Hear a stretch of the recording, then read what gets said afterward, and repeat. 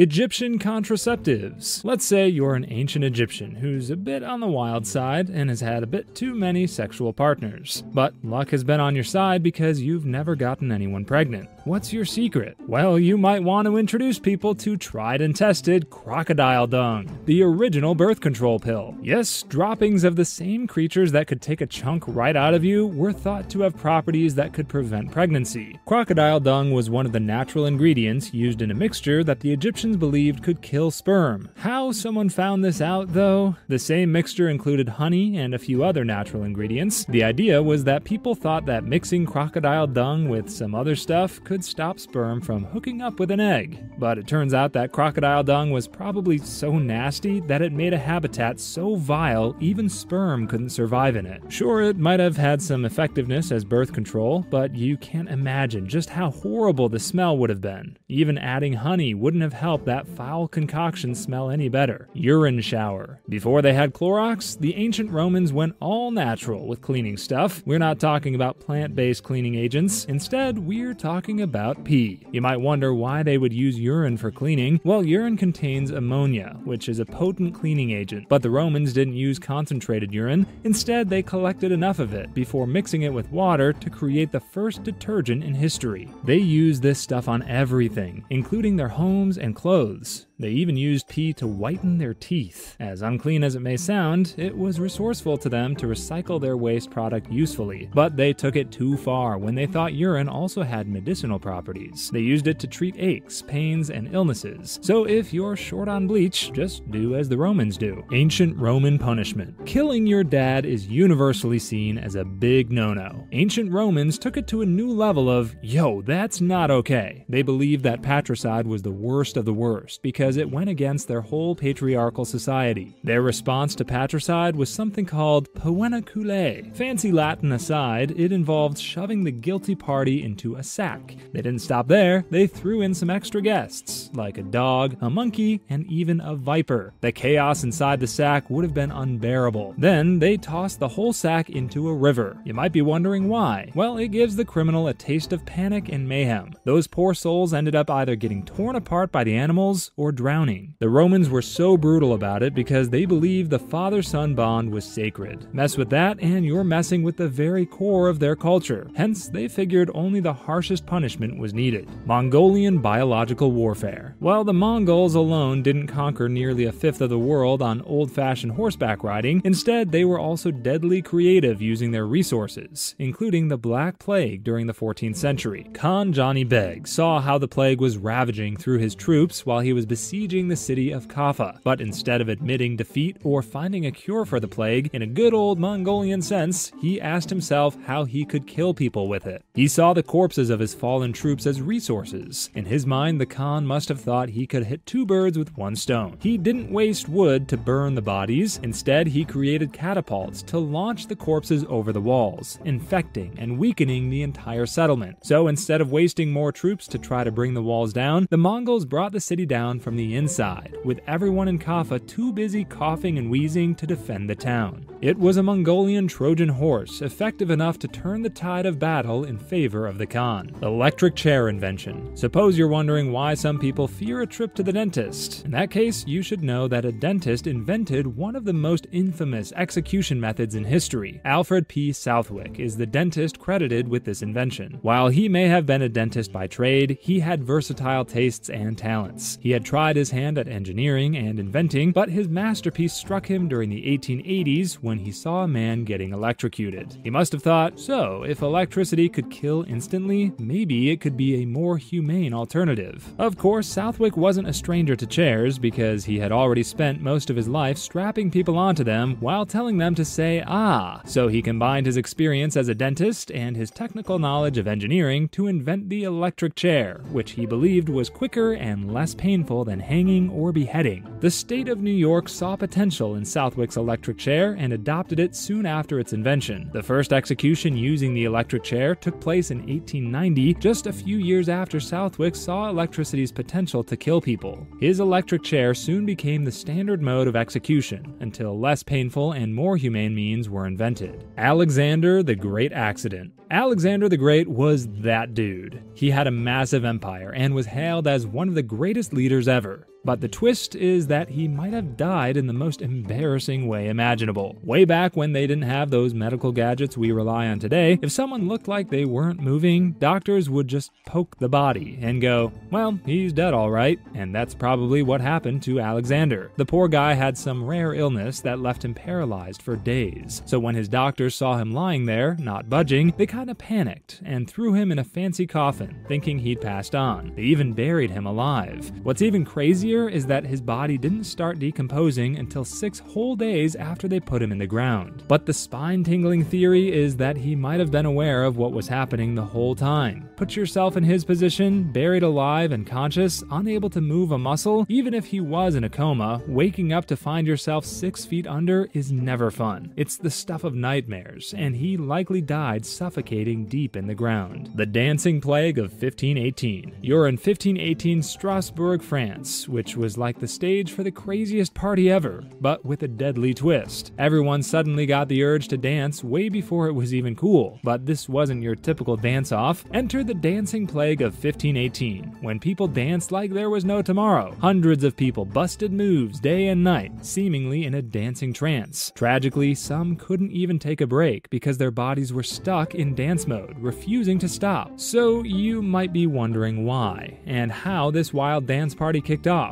Well, no one's got a clear answer. Some say it was stress, or maybe some religious fervor, but the most popular theory is that their bread got a bad fungus called ergot. This stuff can make you see things and move weirdly, almost like dancing. People dance themselves to their deaths. They say anywhere from 50 to 400 people perished during this bizarre event, and the twist is that there was no cure. It just vanished as mysteriously as it began. The beer flood. London back in the 1810s was full of life and alcohol, especially because of its love for beer. Mew and Company Brewery were some of the heroes behind much of the brew flowing through the city at the time, but then in 1814, disaster struck. One of their colossal beer vats decided it had enough and burst open, unleashing a whopping 610,000 liters of beer onto the streets of London. Chaos ensued, especially in the working class neighborhoods that got soaked. The force of the beer was insane, enough to take down a whole building. People were scrambling to save themselves, while some opportunistic folks with a bit of liquid courage might have seen it as a beer run, collecting enough beer to get drunk for days. But this was a serious event that caused tragedy. 8 people lost their lives by drowning, getting hurt in the chaos, or from alcohol poisoning, and the brewery had to pay a hefty $1.5 million to clean up their mess and repair the damage. Egyptian mourning cats. You've seen those funny cat videos trending all over the internet. Well, our obsession with felines isn't exactly new. In ancient Egypt, people were head over heels for cats, worshipping them alongside their gods. While we might shed a tear or two when our beloved Fluffy crosses the rainbow bridge, the ancient Egyptians took it up another level. They didn't just mourn, instead they mummified their cats, ensuring their furry friends had a comfy journey to the afterlife. They even shaved their eyebrows to show they missed their whiskered companions. But you can't blame them, because cats in ancient Egypt weren't just pets, they were practically royalty. Cats were associated with Bastet, the goddess of home, fertility, and cats. So imagine having a literal god in your living room, purring away on your couch. Medieval animal trials. When our dogs eat our shoes or do something naughty, they get a slap on the wrist in the form of a scolding. But in medieval times, telling a pet, "No, bad Milo," wasn't enough to discipline these animals. In Europe, sometime between the 13th and 17th centuries, animals were tried in court for crimes, just like how we sue people. Pigs and rats were the most common animals on trial because they ate crops and harmed children. But cats, dogs, and insects were also not out of the question. They would even dress Porky in human clothes to make him decent enough to enter the courtroom to stand trial. When found guilty, these animals were punished, often with death. In some cases, the church excommunicated insects. Oh, bugs have been ravaging the crops? Well, you won't see heaven's gates anytime soon. The logic behind this practice was that medieval folks believed that animals were just like people, because they were completely aware that they were committing crimes against the community. So if you you think about it, they must have also had lawyers for animals. They probably also had pigs dressed as lawyers. Whatever the case, it's hard to imagine what kind of defense a lawyer had to use to acquit poor Porky of his crimes. Greek marriage proposal. You're walking through the streets of ancient Greece, particularly in the cultured city of Athens, but you're surprised when you see a fine young man, apple in hand, yeeting the red fruit over to the hottest woman in the city. Instead of rage, the woman felt happy and suddenly kissed the man, because throwing an apple at a woman in ancient Greece was considered a marriage proposal. Throwing or giving an apple to a woman wasn't just about saying, "Hey, let's grab a coffee sometime." Instead, it was a lot more serious, because apples were important symbols in Greek mythology. Apples are associated with the Greek goddess of love and fertility, Aphrodite. So whether you prefer offering or pitching an apple to your preferred real-life Aphrodite, it's a marriage proposal. If you think about it, that's better than buying a $10,000 engagement ring, but it's important to note that the woman can accept or reject the apple. Rejecting the apple may mean rejecting the marriage proposal, but it's not the end of the world for the budding romance. Maybe she just wants to take things slow. European pet monkeys. Today we have dogs, cats, and hamsters as pets, but in the medieval period, the distinguished gentlemen owned monkeys as their favored household buddies. In medieval Europe, owning an exotic animal represented wealth and status, because most monkeys could only be found in Asia or Africa. So if this rich guy owns a monkey, he's essentially flaunting his money, because he would have had to import his pet from another continent. But there were also times when monkeys were gifts from traders and crusaders, giving these pets to rich and powerful people as gifts. But monkeys weren't just pets kept in cages. Instead, these lords and ladies dressed their little apes in human clothes, allowing them to wear entire suits that make them distinguished young gentlemen. They could also perform tricks, making them the life of medieval parties. Owning a pet monkey, however, was challenging because these guys can be naughty and difficult to work with. But medieval nobles thought that the prestige of owning one outweighed the fact that apes needed a particular type of care.